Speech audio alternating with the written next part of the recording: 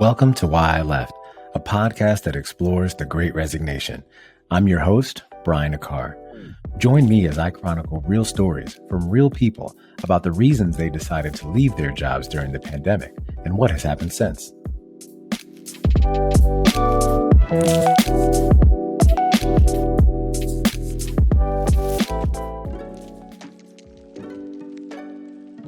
Hello, and thanks for tuning in to this episode of Why I Left.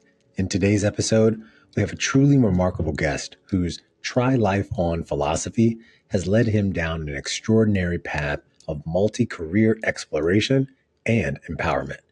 Get ready to be inspired as we sit down with Maurice Philogene, an investor, entrepreneur, coach, and philanthropist.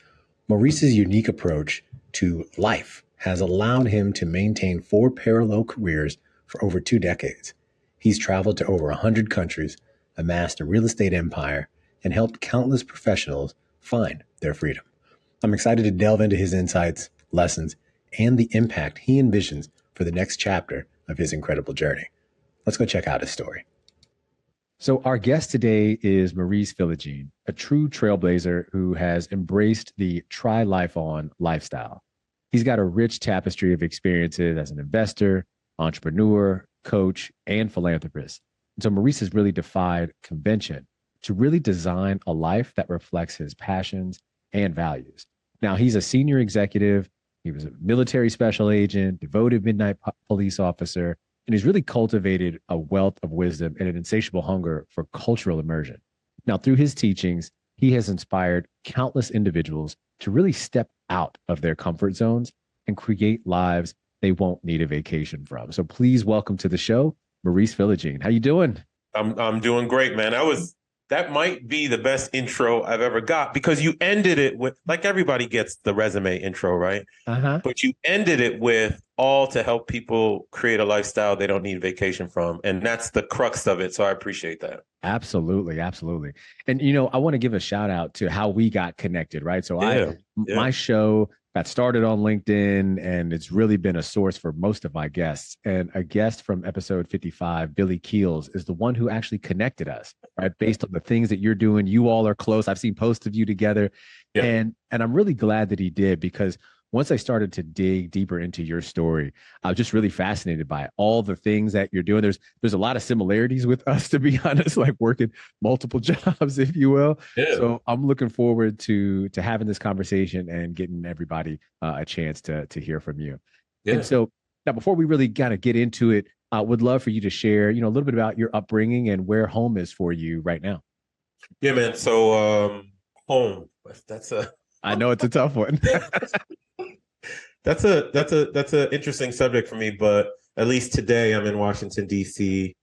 On Monday I'll be in Montreal. But home is splitting time between the Washington, D.C. area and the island of Cyprus in the Mediterranean. So Billy and I have that connection, right? He's in Spain on the Med. I'm in Cyprus on the Med. We talk about that and lifestyle quite a bit. My background is I'm a Haitian immigrant kid. My mom and dad are Haitian, obviously, born and raised in Haiti.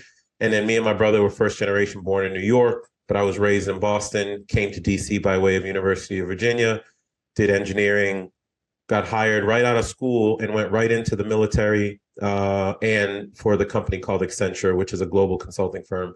Stayed there 25 years. And there's no military history in my family. It's just that I needed a way to pay for college. Right. So I did the whole ROTC route.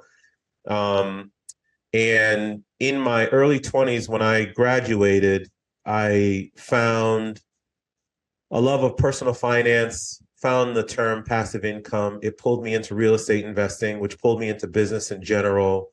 And then also my father introduced me to international travel when I was very young. So I stayed on the international travel racket. In that now I've been to 98 countries, over 350 times. I became a street cop later in life. I was a federal agent in the military. This has been a very interesting career where I now understand it when people are like, man, you lived 2, 3, 4, 5 lifetimes in one, but it never really resonated with me that way because it was just normal trying life on, if you will, for me. Yeah.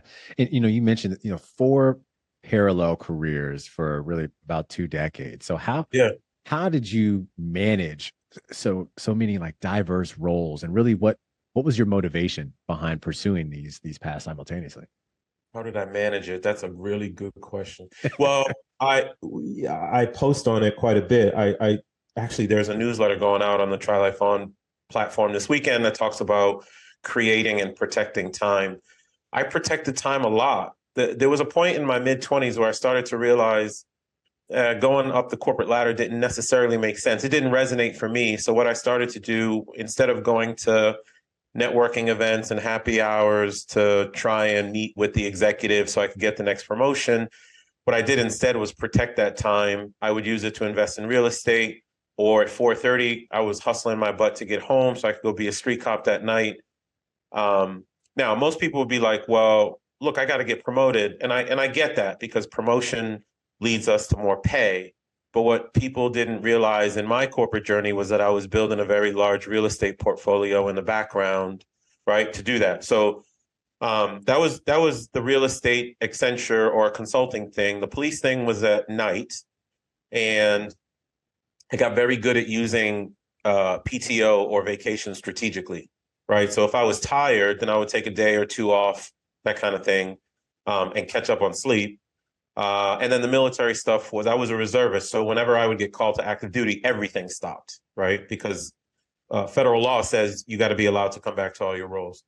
So that's kind of how I managed it. And it's an art form. There's no science to it, man. You're just kind of sleeping in the creases and things of that nature. I didn't waste a lot of time like at the bars and out at the clubs with the fellas and all that type of stuff. And then as far as why I did it all, because we have this one life. We've got 28,000 days in the average 80-year lifespan. I have 11,640 something left at this point, if I'm lucky.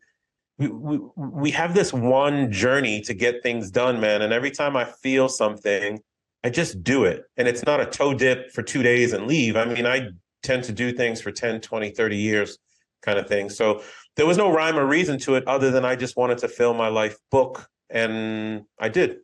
Oh, that's awesome to hear. And you mentioned something that about your father, right? So he introduced Yeah. you to this idea of international travel, and I read Yeah. that 15 is when you really started, was like this defining moment for you. So how Mhm. did those experiences really shape not only your outlook on life, but how did it Yeah. really inspire you to pursue some of these worldwide diverse experiences? Well, shout out to my daddy for doing it for me. And even whenever I say daddy or his name, which is Jean Philogene, I get emotional, man, because he picked up on something. He had a my father had an exchange student come stay at my house when I was 14 years old. So this is back in 89, 1989. Kid's name was Matthew. He was from Paris. And then my father sent me to Matthew's house the following summer. And when I got there, his father, Francois, did me a solid, which was to take an inner city Boston kid, put him in an old stick shift 83 Range Rover, and drive me and his son around the country for 30 days. I've told that story many times, but what it did to me was it fundamentally changed who I was as a person from a mindset perspective. Because all I knew at the time, brother, was sitting, drinking 40s, playing football, playing basketball, taking the T, which is the public transportation in Boston. I I wasn't a bad kid, but I was headed down a path of like the world is only Boston. You know what I'm saying? And Yeah. my father felt that. So he sends me out there, and I had so many experiences, so many meeting French girls, drinking French wine, French food. I stayed at a French castle, uh, touched the Mediterranean, hit the Atlantic. It just opened my mind so early to the possibility of what the world has to offer. And what that did, like after that trip, I was like, what else is out in the world that I don't know? And man, that opened the floodgates, brother. So now I've been to 98 countries. And the thing of it is, people say, "Hey, man, are you going to go see every country in the world?" And no, that's not what I'm doing.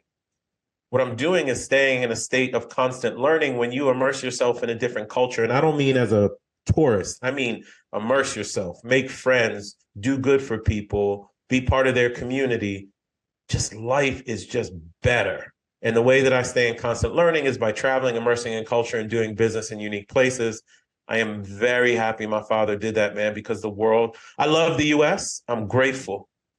man, the opportunity that this country has provided me, brother, including in military service, but the world has a lot to offer. And thank God my father sent me on that trip because it opened my mind to the art of the possible. Definitely. And now, curious, are you still in touch with Francois? Oh, yeah. Okay. Okay. Yeah. So Okay. Matthew now lives Or in Matthew, sorry, Matthew. yeah, he lives in Barcelona, actually Mhm. near Billy. He lives in Barcelona with his wife, Olivia. They have 3 kids. Last time I talked to him was like 4 months ago. There was actually another exchange student who stayed at my house the next summer, a young lady by the name of Magali. We are still in touch as well because that's where it all started for me. You know what I'm saying? So Yeah. yeah, I'm definitely still in touch with those folks. No, that's awesome.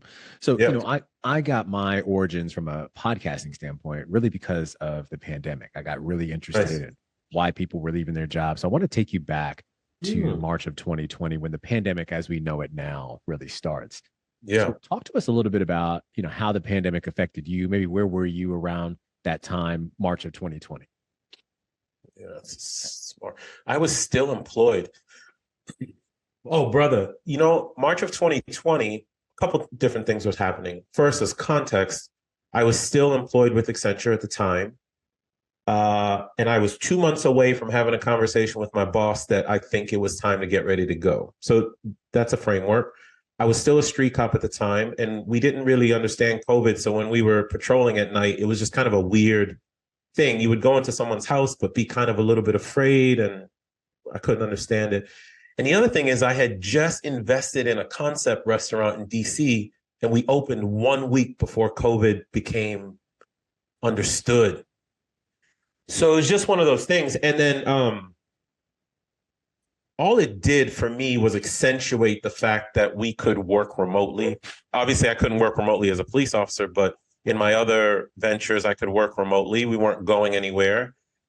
The one thing that really hurt me though was when the airport shut down. So here's why. On March 16th, I was supposed to be in Beirut, Lebanon, to be with someone I care about a lot, and I couldn't get there. I decided not to get on the plane because I was like, I don't know what this thing is. Something's telling me not to get on the plane. I traveled through COVID, never stopped, but on that day, I made a decision not to go. Well, good thing I did because on March 20th, like 6 airports shut down. And on March 21st, the US closed its border. Man, you know, but it really messed with me because the thing that I had that was making me the person that I am, travel, I had to stop. We take it for granted that this beautiful United States of America passport, which has the ability to get us most places in the world, will always do it. Now, when it's taken away from you, or now you understand how other countries feel when people put visa restrictions on them and things of that nature, it closes, for someone like me, it closes down your world. My world shut down. I'm a global citizen, right? That hurt. I was patient. But as soon, like literally the day after the US border opened that you could come back in, I was on a plane. I didn't wait. Just put a mask on and I went. I was like, whatever God you're doing, just if it's my time, fine, but I got to go live my life. And I just did it anyway. All right. No, that makes sense. And Yeah. what were some of the learnings that you started to really pick up during this time? During the COVID time? Yeah, during the COVID time. Because like you said, you were still working, you hadn't left just yet. Yeah. Um, Even though I seem to have a general awareness of life and how fleeting it can be, COVID accentuated it for me because other people were starting to wake up. Other people were, that's the thing, man. I was already awake. I don't want to say woke in the way that we use that term. That's not what I mean. Right. What I mean is I was very much awake to that I want to have feelings, emotions, connections, awesome relationships. Like, brother, I'll do things like get on a plane and fly to Finland for the weekend and come right back just to see a friend or to go read a book, or that's just a style of person that I am. Or if somebody needs my help, I'll get on a train from DC and take the train to Detroit just for a day and come back, right? But other people were starting to wake up to the fact that, oh man, I've been spending 12 hours a day trying to chase the title of executive vice president. and I can actually pass away at any moment if there's some pandemic. And it really shook people. And as I sat and kind of watched people wake up, then I was like, no, you're onto something. You've been onto something for a long time. That's kind of why you see me being aggressive in posting now, me starting the Try Life On podcast, and even the platform to an extent, and starting to coach people. That all came organically, but I pushed it because I started to realize that people needed to hear more about how to try life on, how to wake up, because it was happening organically because of this thing called COVID, and people were living better all of a sudden, right? And I wanted to see people do it more. So it affected me from the standpoint of like, no, dude, people do want to do something different. And if you can help, you should be a voice for it. So I started to do that. I like to hear that, and I often hear about that through my guests and some of the feedback I get from listeners, that there is this awakening happening, if you will. And I love to be a part of it. I mean, hell, I guess like I'm a part of it. You are a part of it. You are a part of it by doing the podcast. Yeah, I mean, yeah, man. Yeah. Is there anything you would have done differently looking back at that time? The COVID time frame? COVID time, yeah. No. Okay. I was aggressive. My maternal grandfather, my mommy's dad, passed away during COVID time frame, but he was 97. He lived. My guy lived, right? And I have this funny story. When, rest in peace, Grandpa. When Grandpa passed away, I didn't cry. I was like, no, it's just this time, because he was technically a refugee. He was chased out of Haiti in the 1970s by the dictator Jean-Paul Duvalier because he didn't like him, and word got around, and my grandfather had money at the time and all that type of stuff. So he jetted out of Haiti for Belgium and then made it to the US. And it's this long, convoluted story, but thank God he did, because that's why I'm here, right? When he passed away, and then COVID started COVID didn't lift, obviously, but the airport started opening and stuff. My passport was within 6 months of expiration, which meant you can't travel out of the country when your passport is within 6 months of expiring with a U.S. passport. They won't let you back in. And some countries won't let you in if your passport's going to expire.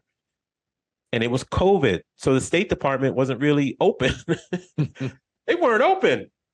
So I'm like, yo, how am I going to get a passport valid to go be the human that I'm used to being? Because I was antsy to get on a plane.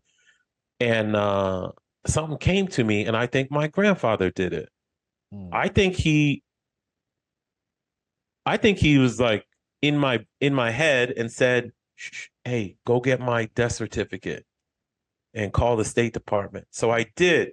I used my grandfather's death certificate, hit up the State Department, was like, yo, I got to get to a funeral in Haiti. I need my passport done. And they did it in 4 days. Oh, wow. Yeah. And then it's one of the best stories I ever tell. Yeah. Because they want you to go to the funerals and all. I didn't go to any funeral. My grandfather was cremated here in the US, but it was something that he did for me on his way out.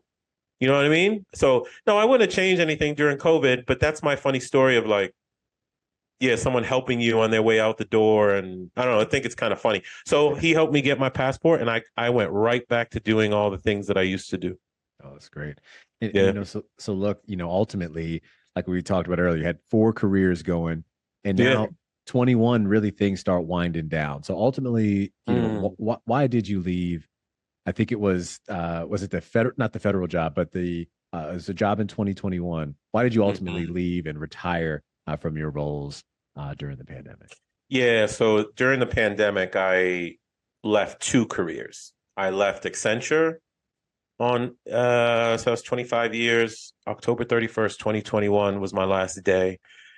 I left the police department September 30th, 2021. So it was a rough 2 months. It was a really rough 2 months, man.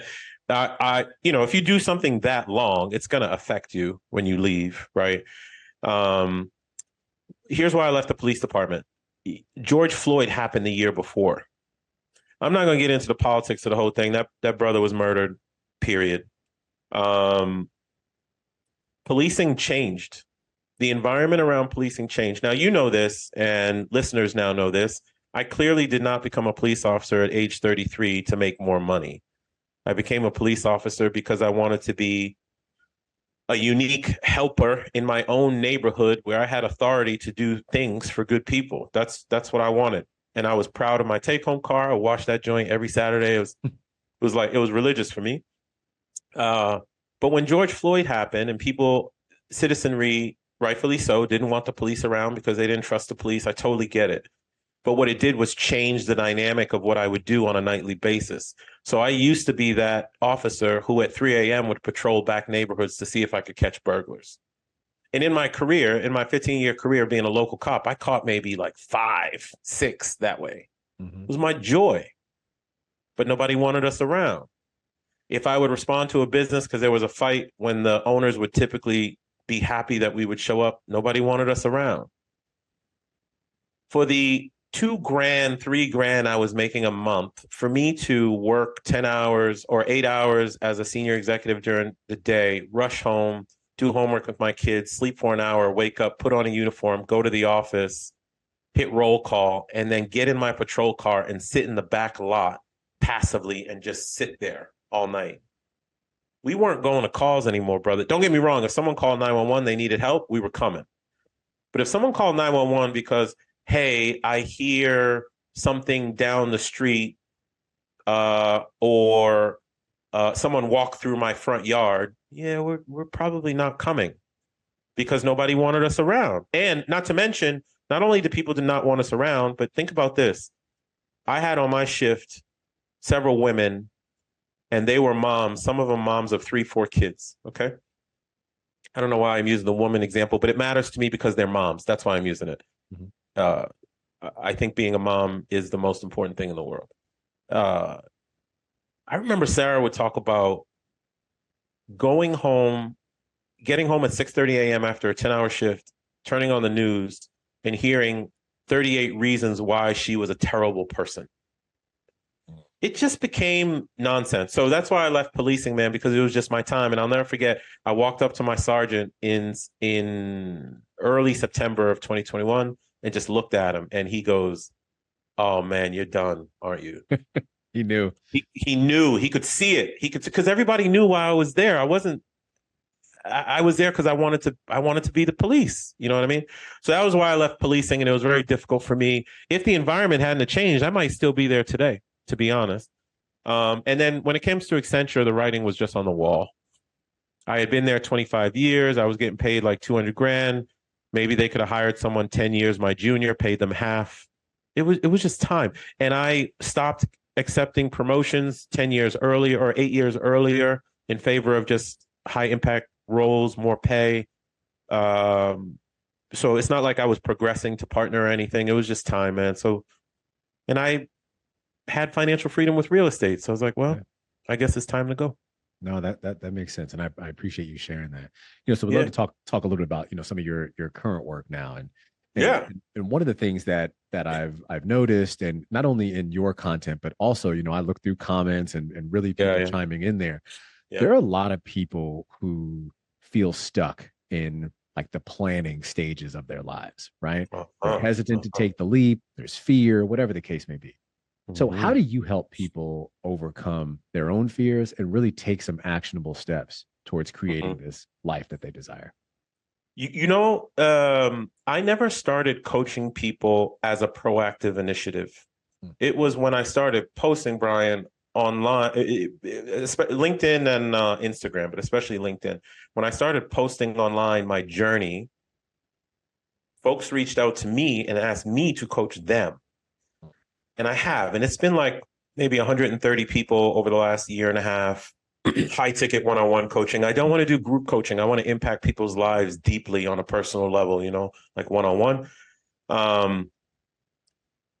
What I realized I was doing was I was the excuse for them to do what they've always wanted to do. I somehow have the ability to motivate people for them not to give a shit about the opinions of their peers, coworkers, neighbors, and family members, because I don't. I'm not interested in being the typical status quo guy. I'm not interested in partner. I wasn't interested in general in the military. I'm not saying it's bad for other people, but I just wasn't. It was not my journey, and that was not my definition of success.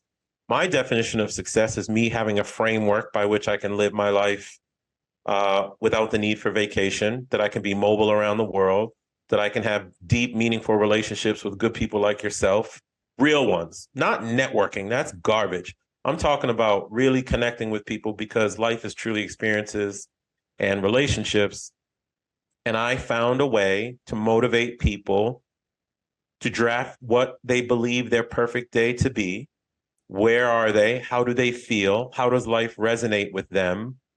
Are they by the Mediterranean? Are they by the Aegean Sea? Are they in the mountains of Colorado? Are they by the ocean in North Carolina? Or are they sitting in a city apartment in Washington, D.C.? It doesn't matter. But whatever that perfect day is, whoever is around you, your significant other or no one, or your kids, or the style of work you do, why is it that we don't give priority to that? We don't. We did when we were 10 years old, though. I want to be the astronaut. I want to be Larry Bird. I want to be Michael Jordan. We get into the formal school system and we learn how to conform. We learn how to compete with each other. No, I'm going to compete with Brian because I want to be the person in the AP class. I want to be the MVP. Nah, I want to be the prom king, the prom queen. It translates into college. And unfortunately for all of us, it translates into the work world, where me and Brian are now competing for the same executive VP role. And we will compete to the extent that we will sacrifice the time that we could have been using to fulfill our dreams for the sake of getting some external validation title. You can't see it because 20 years of formal education taught you how not to. I can see it. I always saw it in some form. Now, I speak to it like I always knew what was going on. No, I just had a feeling. I always had this underlying feeling of, I'm not going to do that. I'm going to go travel to this place, or I'm going to go do that. So when people do come to me for coaching or to figure out how to try life on, we draft the perfect day. We break that perfect day down into goals relative to time, freedom, financial freedom, geographic freedom, purpose freedom, building meaningful relationships. We figure what the blockers are to those goals, and we just create the actions to get rid of the blockers. And that's it. So somehow I've figured out a way to formalize the process by which people understand that they do not have to follow the status quo. And it's empowering. And I love doing it. That's awesome to hear. And you mentioned 130 folks over the past year or so. Any specific, success stories of someone who you may have, shared some information with? They've implemented your teachings, and now their whole life has been transformed as a result. There's a family right now that is from Texas. The coaching student was the husband, but his wife was part of it too. And he is a CPA, and he has a brick and mortar bookkeeping business, but he also has a CFO advisory function of his business, which is virtual. Okay. So he sold the brick and mortar part to become more geographically free. Okay. I don't want to be in just Texas anymore. Me and my family want to go do this, A, B, and C around the world. He sold that part. He's just doing the advisory part now, and is actually making more money because he's spending less time doing the activities that made him less money. He picked up his family, including his wife. His wife has a brick and mortar, but I'll come back to it. He picked up his family, including his wife and 2 kids, and went to Jamaica. And part of the thing of going to Jamaica was not to be on vacation in Jamaica. It was to go practice life in Jamaica. How do we create a lifestyle here? And he kept saying, it's like, Maurice, it's going to be expensive. And I would say, how do you know? You don't. You haven't tried it. You haven't tried life on. You haven't practiced life in Jamaica. You have no idea. That's the problem. People think life is a destination. It's not. It's something to be practiced. So he picked up his beautiful wife, those 2 babies. Those babies are in some level of international school there right now. They're practicing life in Jamaica. He's making more money. He's on his 2nd land deal in Jamaica because he's applying that money to more financial freedom instead of chasing somebody else's version of, I got to have the biggest bookkeeping firm in the Southeast. Right. Man, I love that stuff because what has happened for that family is they have now created a version of lifestyle for them that requires no vacation. They're just living the life they want to live. And actually, as a consequence, are making more money because of it. Right. So yeah, that's just one example of a family that is radically different. And I want to be clear on something. I talk a lot about being in other countries and other places, but just because it's one of my value systems. There are people who are not moving at all, but they have dramatically changed their lifestyle from going to the office to just being at home, or from being at home to going to an office with a job that they love, which makes a little bit less money, but they're happier on the inside, right? There's so many examples of this stuff, man, but it manifests differently for different people. Oh, that's great to hear. And I think what I'm hearing from you too is a lot of this theme of giving back to the community that is really like underpinning who you are as a person. And I can hear that not only in the work you do, the posts that you share, but obviously the formal work that you used to do as well. So it's great to hear those types of things. Yeah, yeah. Now, you've mentioned it a couple times. Try Life On, right? Not only a philosophy, but a podcast as well. And so, tell us a little bit more about that philosophy. We started hearing a little bit just a moment ago, and really, what kind of stories can listeners expect to hear on your show? On the podcast, yeah. Well, so we've talked about the philosophy in general, like through our conversation, and you can't really, I try not to have like a canned definition of it because it means so many different things to so many different people, right? But for me, what Try Life On is the notion that we do not have to follow the status quo. It's the notion that you can make your extraordinary ordinary at any time. How is it that I am developing land on a Mediterranean island right now? Well, I had it in my mind. I wrote down the blockers of what was going to stop me from getting there. I figured out the who versus trying to solve the what forever. I found a partner. When the opportunity came to go meet that person and convince them, I got on a plane. I went to do it. Now I'm on my fourth development in Cyprus on the Mediterranean. That was not for money. That's because I wanted a different lifestyle. We can try life on at any time. The challenge that people have is that they don't have a framework for it. We have a framework for being an employee. Not only do we have a framework, we studied it for 20 years and probably went into debt as a result of it. So if you can understand the framework for making your vision come to reality, if you can understand that reality itself is negotiable, don't focus on the who don't focus on the what all the time. I don't know how to invest in real estate. I don't know how to try out for the NFL. I don't know how to do that thing.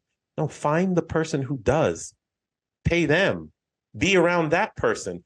You're going to pay that university $100,000, but you won't pay that woman $20,000 to do the thing that she's already done. It doesn't make any sense. Trying life on is the understanding that you can truly, truly make your extraordinary ordinary at any time. The way that people talk about my professional and lifestyle journey and say, you've lived 4 lifetimes in one. No, it's not extraordinary to me. It's very ordinary for me to tell you right now, Brian, hey man, tomorrow I think I'm getting on a plane and I'm going to fly up to Gotland, Sweden, which is an island off the coast of Stockholm, because I just want to go hang out with a friend for 2 days. Well, you have money, Maurice. You can do that. No. I learned how to travel hack over the years, and it's an art form in my tool belt now where I can just go, because as Trying Life On, you can make the world smaller at any time. It becomes your neighborhood. You take an Uber to Starbucks, I take a plane to Gotland. It's different. So that is the purpose of Try Life On, is to truly give people an understanding, a framework, an excuse. It's a mindset, a skill set, a soul set for folks to live lifestyle they don't need a vacation from. You will never live your perfect day every day. It's not physically possible. But what is possible is for you to have the framework by which you can execute it whenever you want. I'm in Washington, D.C. today talking to you, and as much as I love this, I'd rather be on a plane, brother, going back to the Mediterranean. If I choose to, I can just snap my fingers and roll out. I have the framework. I don't have any employees. I have a laptop and a phone. I have a framework. I choose that. I could be worth way more money, but have brick and mortar attachments in the US that would keep me from going anywhere. No, sir. Lifestyle, the kind you don't need a vacation from. That's what Try Life On is about. And the podcast itself, I have evolved it and I'm proud of it. I was very scared. I was nervous to do it at the beginning because it's just not, it wasn't in my nature, but now it's in my nature. And what I'm doing with the podcast is these principles, some of the things that I spit off naturally. I do solo episodes where I explain those principles, how I employ them. I will bring on amazing people like yourself to express how they are trying life on. I will have people come on to introduce careers that no one would ever think about. The last one I just did with a lady named Betty Brennan. Betty started, check this out. Betty started her own company 30 years ago. You know, when you walk in a museum and they have all those displays like the T-Rex and the spaceships and all that.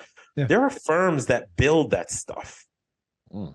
She builds exhibits and she did it for 30 years. And now she sold it. She transitioned from it. And now she's operating a farm. Like, who would have knew? Yeah. There's just different things that we can do. So part of the podcast is to expose people to the principles, but also to the people who are living their life their way by trying life on in a variety of different means. Definitely. And you know, I love to hear that and that there's so many opportunities for folks to do things. They just have to really take that leap. So I love that you talk about that. And like I said, I'm a big fan of your content. You know, as we start wrapping up a little bit, one of my favorite portions of the show is really around advice, right? And because I find that people really get a lot out of the folks that I bring on to really hopefully it inspires them or maybe even motivates them to take those next steps.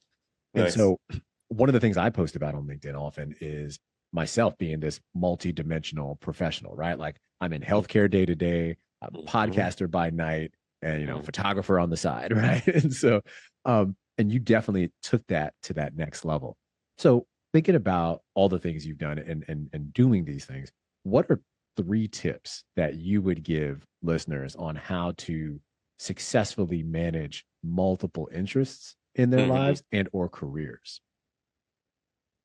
Oh man, you might stump me there. Well, the first one that comes to mind is the thing that I naturally did over my life which is to just do and course correct along the way. Like there's no answer, brother. And the more I have interacted with successful people, and success has nothing to do with money. It might be someone who's incredibly wealthy, but it might also be someone who's just done something fantastic. All of them don't know what they're doing, or they didn't at one point. They just started executing, and then they just figure it out. It's this notion of we have to have every little detail solved before we get into it, that analysis paralysis thing, and it just stops people from moving. I'm doing TV projects right now as an executive producer. I have 0 credentials for that stuff. I am just doing and course correcting along the way. It's like you and I starting our own respective podcasts. We just did it and we course correct along the way. We seem like experts to people. No, we've just gotten better over time. So that's the first thing, is just do and course correct along the way. If you have multiple initiatives that you're trying to get done, you just have to find ways to do it. Be unapologetic about it. The second thing is, please surround yourself with like-minded people. That is, I get asked the question, what I would have changed in my journey, and the answer is nothing. Even the hard times, even the real estate downturn of 2008 when I was miserable, I wouldn't change it. The thing that I would change is I didn't look for people. I did all those things: police, federal agent, coffee shops, clubs, restaurants, real estate, traveling the world, in a sense, by myself, with the support of certain family members and very close friends. But the mistake I made was I didn't have my man Billy that we talked about, connecting me to someone like you who's like-minded. There was no social media platforms when I started back in 2002, or they were just starting to kick around, right? I call that entrepreneurial depression, and I had it for 17 years. I don't wish it on anybody. I don't. I look back on it, it makes me emotional. I've cried in podcasts and interviews about it because I remember the nights where, like, I hadn't slept in 36 hours. Am I doing the right thing?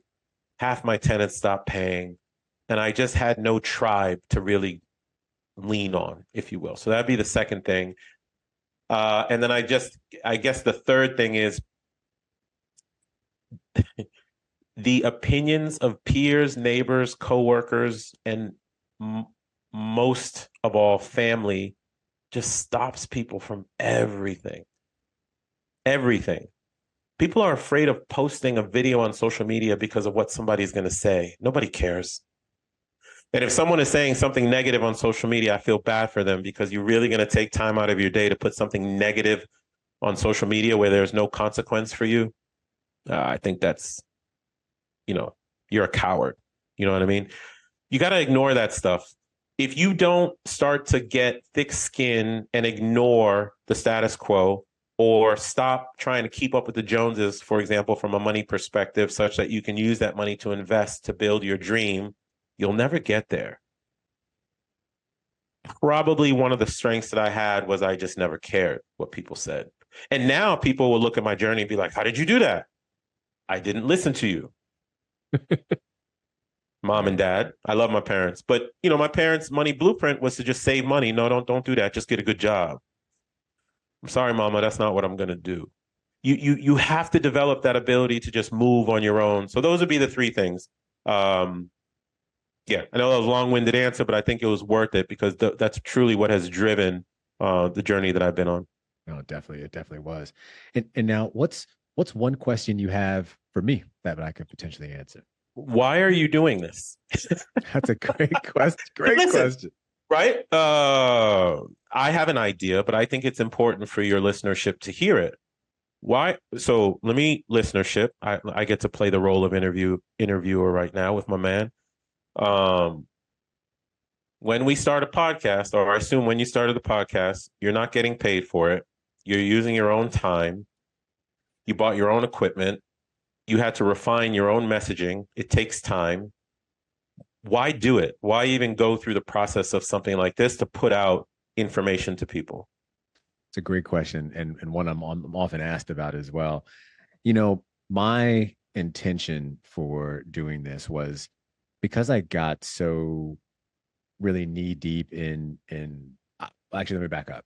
Because I was so involved in some of the efforts around, like I said, I'm in healthcare Mm-hmm. during the pandemic, and my prior background as I'm an employment attorney, I was in HR, all these things.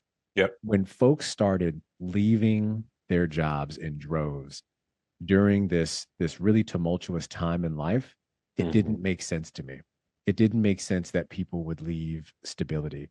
And once that started to happen, maybe once folks started to try life on, if you will, Mm-hmm. I wanted to know really why, right?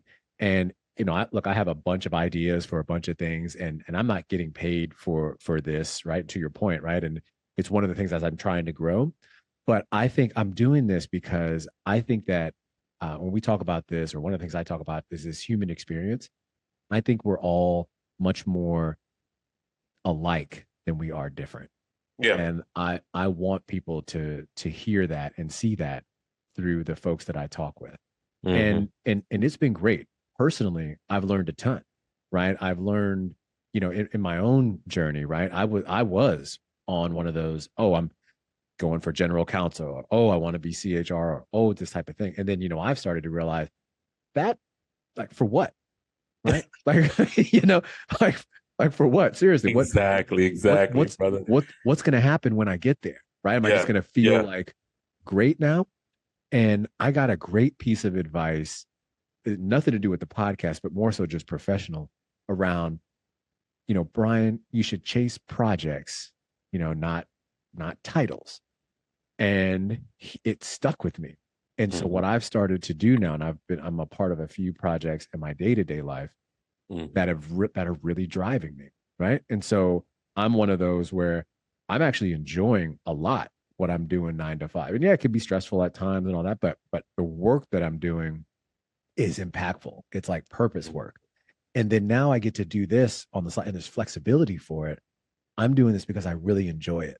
Now, granted, I am looking for sponsors to help keep the Yeah, lights on. yeah, Right? yeah. Know, Money's like, no, brother.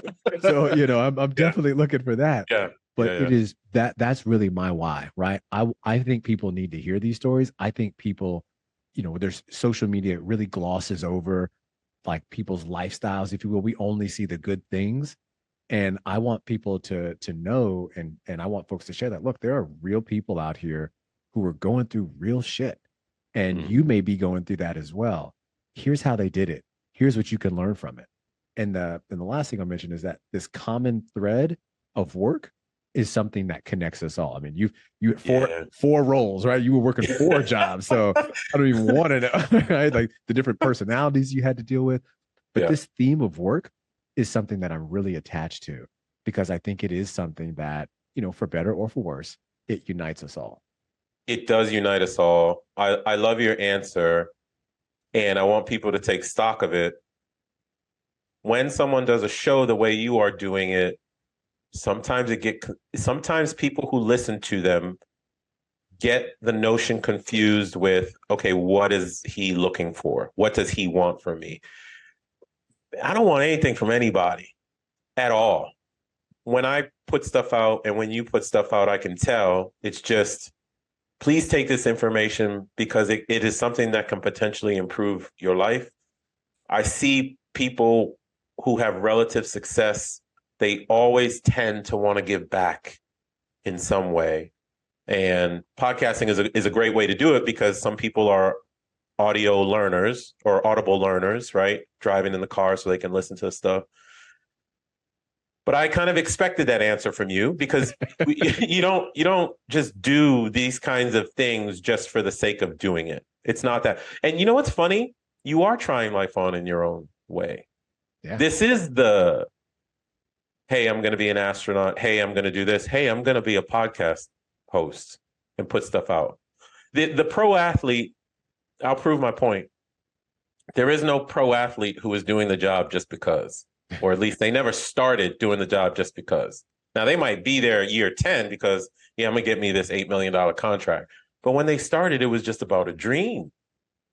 And for you and I to push out information to help people, I think it's that. I think it's, nah, man, I get to fulfill the dream of actually helping people with information that I have. And selfishly, it feels good. Right. So I respect what you're doing, man. And I hope you keep doing it. No, I really do appreciate that. And thank you for the question. It's one of those where, as I'm evolving, and we're in season 3 right now, for this episode. It's just one of the things I'm just continuing to, not only think about and sharpen my story, but just the types of content that I'm putting out there. I'm really enjoying it, and There you people go. are enjoying it. So that's a plus. Well, me too. Yeah. Well, look, I want to thank you, Maurice, for joining the show. Like I said, I'm glad we connected. Again, Mm. big shout out to Billy Keels from season 2. And now, where can our listeners find you and support some of the work you're doing? Wherever they want to, brother. The easiest way and the thing I'm most proud of right now is trylifeon.com. My email address is Maurice at trylifeon.com. I publish a bi-weekly newsletter, all the concepts and things of that nature that I've been talking with you about today. I'm very active on LinkedIn, just Maurice Philogene. I used to be very active on Instagram. I've kind of gotten away with it, but I am there, Maurice Philogene, because it used to follow my travels around the world and what I'm doing. And I got to the point where I was like, now why am I helping them or am I doing it for me? Like I started to think about it. I was like, nah, man, that's about me. That's not about other people. So, but I am there on Instagram. But the thing I'm most proud of is LinkedIn. Very, very vocal there. Trylifeon.com. And then from a real estate perspective, I buy apartment complexes all over the US. I raise money from investors. I'm very proud of the fact that I never forget where I come from. So I educate police officers, firefighters, nurses, teachers. There's stuff called private placement. You don't have to go into the stock market if you don't want to. There's other rules of the rich, other rules of the wealthy that you can be exposed to. So I help people invest in large scale apartment complexes through the Quattro way, THE QUATTROWAY, thequattroway.com, which is my company Quattro Capital. So you can find me there, and please reach out. I love this stuff. I love connecting with people, and I will always respond. Appreciate that. Well, look, thank you for that info. And look, that'll do it for today's episode. I really hope you all got a lot out of this. This was a really enjoyable conversation for me as well. So thanks again to Maurice Philogene for joining us today. I'll be sure to share his information in our show notes.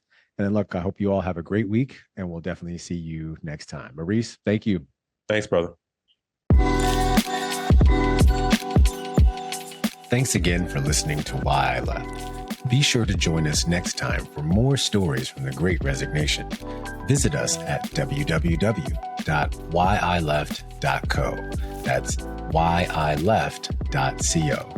And subscribe to the show on YouTube, Spotify, Apple Podcasts, or wherever you get your podcasts.